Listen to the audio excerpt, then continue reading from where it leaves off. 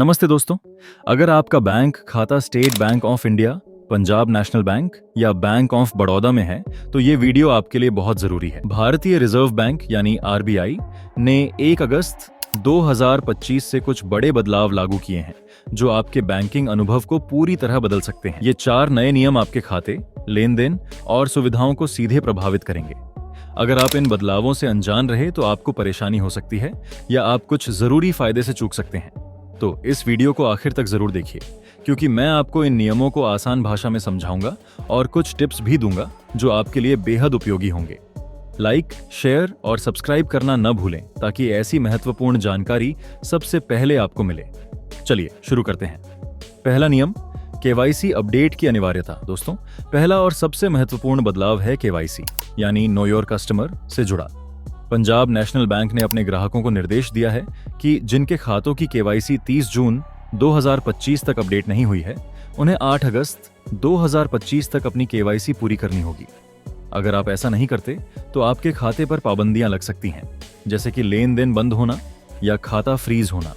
आपको बस अपनी शाखा में जाकर पहचान पत्र, पता प्रमाण, आय का प्रमाण, हाल की फोटो और पैन कार्ड या फॉर्म 60 जमा करना होगा। अगर आपका मोबाइल नंबर रजिस्टर्ड नहीं है तो उसे भी अपडेट करना होगा। ये नियम आरबीआई के दिशा निर्देशों के तहत लागू किया गया है ताकि खातों की सुरक्षा बढ़े और धोखाधड़ी रोकी जा सके। दूसरा नियम, यूपीआई लेन देन पर नई पाबंदियां। दूसरा बड़ा बदलाव है यूपीआई लेन देन से जुड़ा। National payments corporation of India यानी एनपीसीआई ने 1 अगस्त 2025 से यूपीआई के लिए नए नियम लागू किए हैं ताकि सिस्टम को तेज और सुरक्षित बनाया जा सके। अब आप एक दिन में अधिकतम 50 बार अपने खाते का बैलेंस चेक कर सकते हैं, चाहे आप गूगल पे, फोन पे या कोई और ऐप इस्तेमाल करें। अगर आप 2 ऐप्स यूज करते हैं तो हर ऐप पर 50 बार की लिमिट होगी।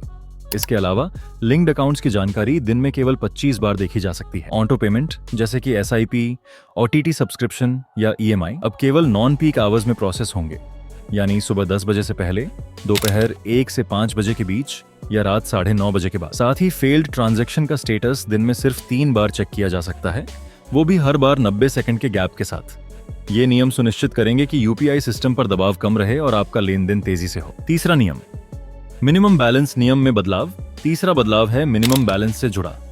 अच्छी खबर यह है कि पंजाब नेशनल बैंक और बैंक ऑफ बड़ौदा ने 1 जुलाई 2025 से अपने बचत खातों में मिनिमम बैलेंस न रखने की सजा को खत्म कर दिया है।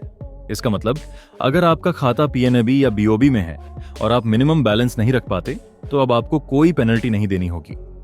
ये कदम खासकर महिलाओं, किसानों और कम आय वाले लोगों के लिए फायदेमंद है क्योंकि इससे बैंकिंग ज्यादा सुलभ हो जाएगी। हालांकि कुछ सोशल मीडिया पोस्ट्स में दावा किया गया है कि एसबीआई अप्रैल 2025 से मिनिमम बैलेंस को 0 से 1000 रुपए कर सकता है, लेकिन बैंक ने इसे आधिकारिक तौर पर कंफर्म नहीं किया है। मेरा सुझाव है कि आप अपने बैंक की वेबसाइट या शाखा से इसकी पुष्टि जरूर करें। चौथा नियम, क्रेडिट कार्ड बेनिफिट्स में कटौती।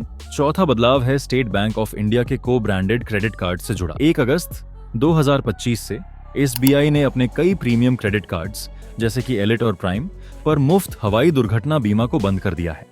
पहले इन कार्ड्स पर 50 लाख से 1 करोड़ रुपए तक का बीमा कवर मिलता था, जो अब नहीं मिलेगा। ये बदलाव UCO bank, central bank of India, Karur Vysya bank और अन्य बैंकों के साथ को ब्रांडेड कार्ड्स पर लागू है।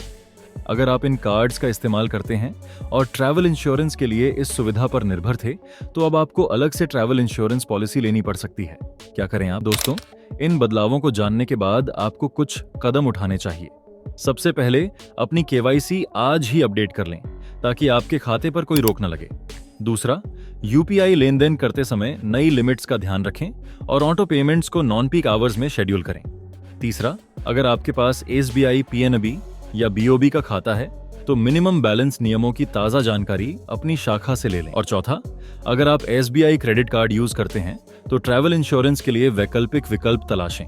साथ ही अपने बैंक स्टेटमेंट को नियमित रूप से चेक करें ताकि कोई अनचाही कटौती ना हो। तो दोस्तों, आज हमने जाना कि 1 अगस्त 2025 से लागू हुए 4 बड़े नियम कैसे आपके बैंकिंग अनुभव को प्रभावित करेंगे।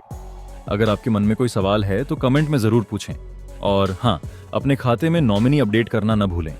ये छोटा सा कदम भविष्य में बड़ी राहत दे सकता है। अब मैं आपको कुछ बोनस टिप्स बताता हूँ जो खास हमारी ऑडियंस के लिए होते हैं। पहला, हर 6 महीने में अपनी केवाईसी डिटेल्स चेक और अपडेट करें ताकि आपका खाता फ्रीज होने से बचा रहे। दूसरा, यूपीआई लेन देन की प्लानिंग करें। दिन में बैलेंस चेक और ट्रांजैक्शन की लिमिट का ध्यान रखें और ऑटो पेमेंट्स को नॉन पीक आवर्स में शेड्यूल करें। तीसरा, हर महीने अपने बैंक स्टेटमेंट की जांच करें ताकि कोई अनचाही कटौती या गलती तुरंत पकड़ में आए। चौथा, अपने खाते और लॉकर में नॉमिनी जरूर जोड़ें और उसकी जानकारी समय समय पर अपडेट करें। पांचवा, अपने क्रेडिट कार्ड की नई शर्तों को बैंक की वेबसाइट या कस्टमर केयर से वेरीफाई करें, खासकर ट्रैवल इंश्योरेंस के लिए। छठा, अपने खाते पर एसएमएस या ईमेल अलर्ट्स चालू रखें ताकि हर लेन देन की जानकारी तुरंत मिले। सातवां, फर्जी मैसेज या कॉल से सावधान रहें।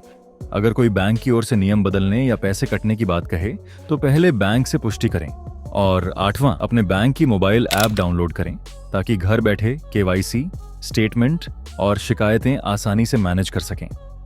वीडियो अच्छी लगी हो तो लाइक करें, अपने दोस्तों और परिवार के साथ शेयर करें और चैनल को सब्सक्राइब करना ना भूलें। अगली वीडियो में मिलते हैं कुछ और उपयोगी जानकारी के साथ। धन्यवाद और अपना ख्याल रखिए।